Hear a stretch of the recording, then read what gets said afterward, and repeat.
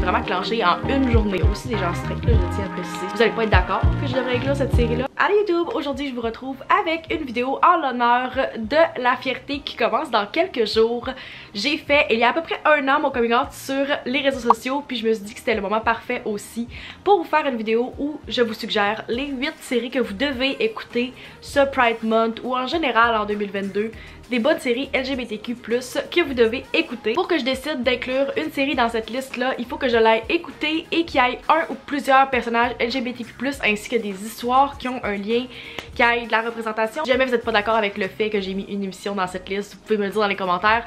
Mais selon moi, c'est toutes des émissions qui méritent d'être là et que si vous n'avez pas écouté encore, vous devez absolument les écouter maintenant. Après que vous ayez terminé cette vidéo-là, j'aimerais ça que vous me dites dans les commentaires quelle série je devrais écouter prochainement. J'ai déjà une liste qui est commencée que je pourrais inclure dans la prochaine vidéo de cette série-ci. Sans plus tarder, on commence tout de suite. Il n'y a pas d'ordre dans cette liste, mais j'avais pas le choix de commencer avec Schitt's Creek.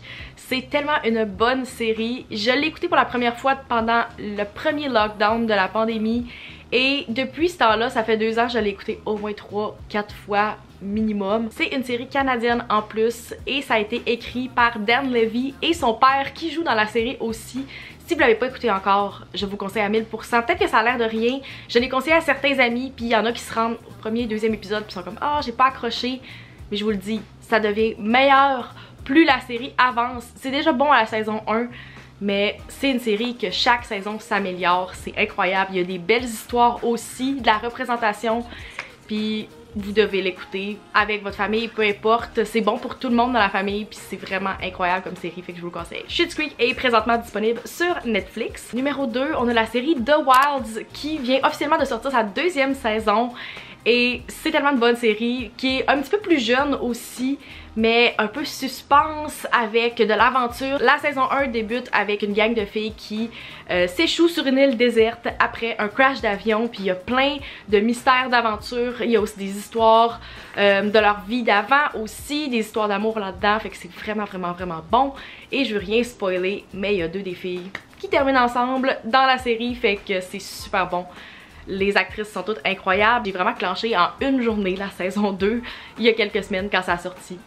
Je vous conseille. Vous pouvez écouter The Wild sur Prime Video. Donc si vous avez un abonnement Prime étudiant, peu importe, vous pouvez écouter la série directement là-dessus. La 3e émission, c'est une comédie et c'est Modern Family. J'ai été vraiment late sur cette série-là. Je l'ai découvert juste cette année et je pense que ça fait 2 fois que je l'écoute au complet. Si vous n'avez pas compris, je suis une fille qui réécoute les séries que j'aime beaucoup. Il y a 11 saisons, puis on suit l'histoire dans le fond d'une grande famille. Et là-dedans, il y a un couple, Cam et Mitch, qui sont définitivement un de mes couples préférés. Et le premier épisode de la série commence quand ils vont adopter leur petite fille Lily. C'est tellement bon, c'est mon genre d'humour, c'est incroyable. Et il y a de la super belle représentation là-dedans aussi.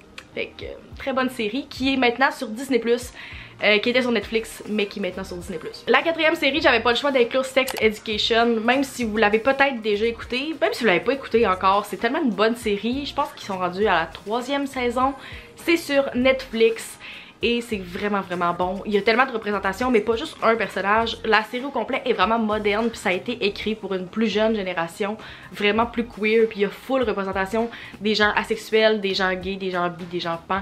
Il y a full représentation. Il y a aussi des gens stricts, là, je tiens à préciser, si jamais vous recherchez ça dans vos séries. Je tenais à inclure des séries qui étaient positives et qui avaient une représentation positive parce que ça arrive tellement que dans plusieurs séries, aussitôt qu'il y a un ou plusieurs personnages LGBTQ+, c'est la première personne qui est morte. Je me rappelle plus comment ça s'appelle, mais c'est genre Kill Your Gays Trope ou quelque chose comme ça.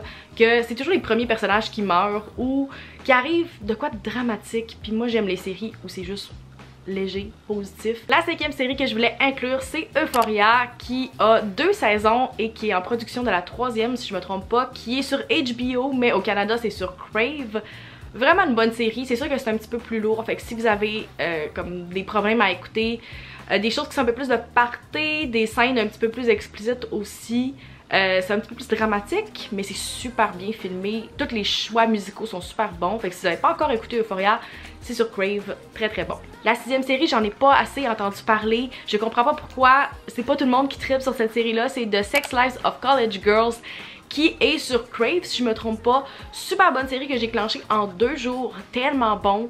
C'est juste drôle, c'est léger, ça s'écoute super bien, c'est pas des longs épisodes en plus. Comme le titre le dit, tu subis la vie des filles qui viennent d'arriver à l'université, une gang de filles qui habitent ensemble. C'est super bon, puis il y a de la représentation aussi là-dedans, mais on voit l'angle du struggle de l'identité, mais pas nécessairement super négatif puis super dramatique. C'est juste vraiment bon. Il y a plein de diversité aussi là-dedans. Puis toutes les actrices sont incroyables. J'ai tellement hâte à la saison 2. Je pense qu'ils sont en train de la filmer présentement. Je vous le dis, vous allez vouloir l'écouter en une journée. Je pense que mon 7e choix va être un petit peu controversé pour certaines personnes, mais en même temps, j'avais pas le choix de l'inclure parce que c'est la première série qui m'a introduit un peu à la communauté, puis qui m'a permis d'avoir certaines références aussi un petit peu plus anciennes, mais aussi récentes de la communauté. C'est RuPaul's Drag Race. C'est une série de télé-réalité. Si vous l'avez pas écouté encore, je pense que c'est comme le gateway que plusieurs personnes, même qui sont pas dans la communauté, qui sont juste straight, écoutent cette série-là parce que c'est juste super bon, c'est une compétition. Il y a plein de drama aussi. Ils sont rendus à comme 14 saisons régulières, les All-Stars, les saisons internationales. Fait que si vous voulez clencher quelque chose, puis vous allez avoir plusieurs saisons à écouter, plusieurs personnes à suivre, puis que vous aimez le genre de maquillage, compétition, drama. C'est sûr que c'est super produit, c'est vraiment une télé-réalité, mais je trouve tellement ça le fun de suivre les saisons en temps réel. Quand j'ai commencé à l'écouter, je pense que j'ai écouté les 11 premières saisons en comme 2 mois, juste avant la pandémie. Et maintenant je suis en temps réel tous les épisodes. Puis je l'ai inclus parce que c'est juste quelque chose que j'aime vraiment beaucoup écouter. Et que vous pouvez discuter avec d'autres gens aussi, puis genre voir c'est qui vos queens préférées. Je pense qu'il y en a qui trippent pas trop parce que c'est super produit, mais moi j'aime vraiment beaucoup, puis j'apprécie toutes les lip sync, puis la production est juste vraiment bonne, fait que j'avais pas le choix de l'inclure. La 8e et dernière série, j'ai hésité à l'inclure parce que si vous avez jamais écouté la série ou que vous êtes seulement rendu aux saisons plus anciennes, comme avant les 10 premières saisons, peut-être que vous allez pas être d'accord que je devrais inclure cette série-là, mais c'est Grey's Anatomy.